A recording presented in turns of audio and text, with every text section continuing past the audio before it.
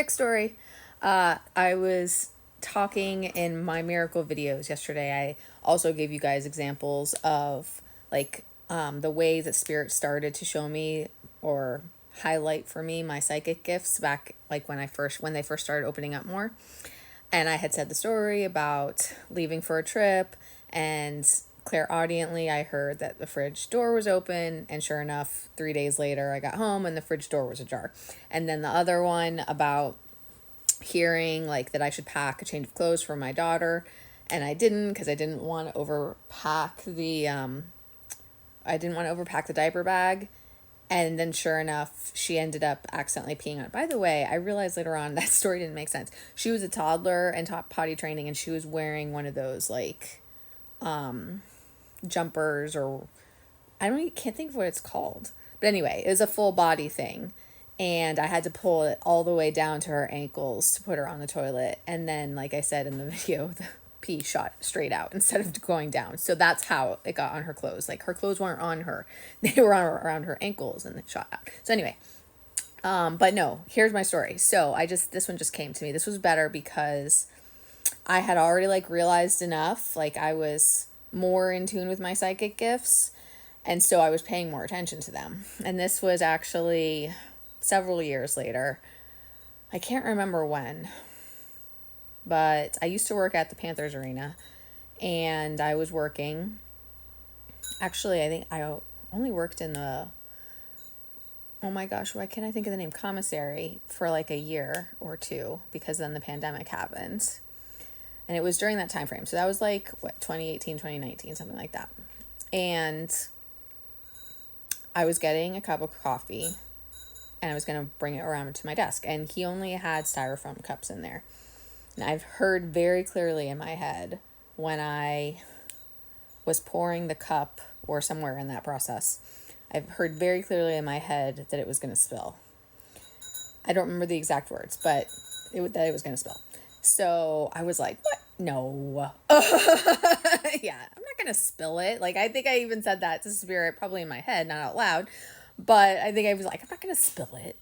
But because I was used to it now, I was like, maybe I'll be careful just in case. So when I went back around to my desk, I did not put it on the side next to the computer. I put it on the other side of the desk just in case. And I also made sure my phone was not next to it. And sure as shit, within 30 minutes, long enough that it wasn't hot anymore, thank God, at that area was freezing, so it probably cooled off faster too. But I would say within 30 minutes, I went to pick up the cup, and I was picking it up like this, thank God, also. I didn't pick it up like this for whatever reason. I went to pick it up like that. I reached across and picked it up, and the styrofoam collapsed. I think it was only halfway full by that point too, because I had been drinking it. And the styrofoam collapsed and broke, and the coffee went everywhere. And I was like, no fucking shit. I was like, I was right. But the voice in my head was right. So yeah, I thought that was amazing. Another example of psychic gifts coming out. And that's what I love about spirit too. It's that, people who don't understand, they think it's super obvious stuff, or they'll say things like, why can't you play the lottery? And I talked about that before. But they think that it's super obvious things, or you hear a voice in your, it's so subtle. It's not super obvious. It's so subtle, and it's learning how to catch on to that. Dude, Sebastian, why always? You just heard him eating, and he probably wants to go outside now. And if I'm in the room, he will not let me ignore him. I have to get up and let him outside on the patio. He loves to live on the patio. Where did you go? Yeah, he wants to go outside. So let me wrap up. But anyway, yes, it's super subtle. The intuitive nudges, whatever your gifts are, the clairvoyance, the claircognizance. The claircognizance is the hardest, I will say. the hardest to recognize. The clairaudience and whatever others, like they're so subtle. And the little things that will happen, just like I was giving you guys the stories yesterday with the miracles. Like I'm talking about like disappearing socks and like little things, little stories that are not like holy crap. I mean the holy crap stories can happen too, and I've had those happen as well. But you get much more of the little stories that are much more easily dismissed, or someone will say, oh, there's some explanation for that. But yeah, so I just had a client tell me a story about her having her own inner knowing about something with her twin flame, and I was like, that's how it happens. Like that's how you start to realize and your gifts start to open up. It's little things like that, and they start to accumulate. See what I mean? Like he is persistent. He has a friggin' cat door, but he will not use it if I'm in the room. I think he doesn't like pushing his head through it. But anyway, he's both not high maintenance and high maintenance at the same time. Anyway, so if your spiritual gifts are opening up, that's the type of thing you want to pay attention to. And like I said, pay attention to all the little miracles and listen to the voice in your head. Because the voice in your head is actually your own higher self talking to you, or your spirit guides. And you can teach yourself, just like I taught myself, how to talk to your spirit guides and your higher self and to God directly. I talk to Source now. I talk to God, Source, however you want to think of it. Sounds a little crazy. I've also had many conversations with Jesus, and I would still talk to Jesus too. But they had me move up to Source. It sounds funny, I know, but they had me move up to Source because it was a little bit safer, because there are evil ascended masters who can try to pretend to be Jesus and trick people.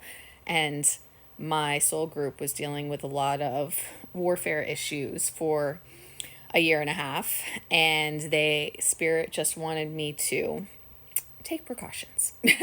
So anyway, I was going to say also that with clairvoyance is not my strongest gift, but I do have it. I won't always see visions, but sometimes I will. And oftentimes they will just suddenly pop into my head. And it could almost be as if I'm seeing something with my eyes that I'm not seeing. Like I'll just like stop and I see it in my head, and I probably look funny because I'll just be like staring off into space. But it's because I'm seeing like the vision in my mind's eye. So you could visualize stuff. I know people who actually see colors as well. I don't see colors. I don't see energy like that. But I can meditate with my eyes open. Very hard to do. I don't do it very often, but I can. I need to have like a blank background, like the sky or the ceiling, so that I can unfocus my eyes from the visual field and instead focus them to the spiritual field. And then I will see the energy and the spiritual veil, which is really cool. When I got into a really deep meditation like that once while I was floating in the pool, and I did see images with my physical eyes while I was doing that open eye meditation. I saw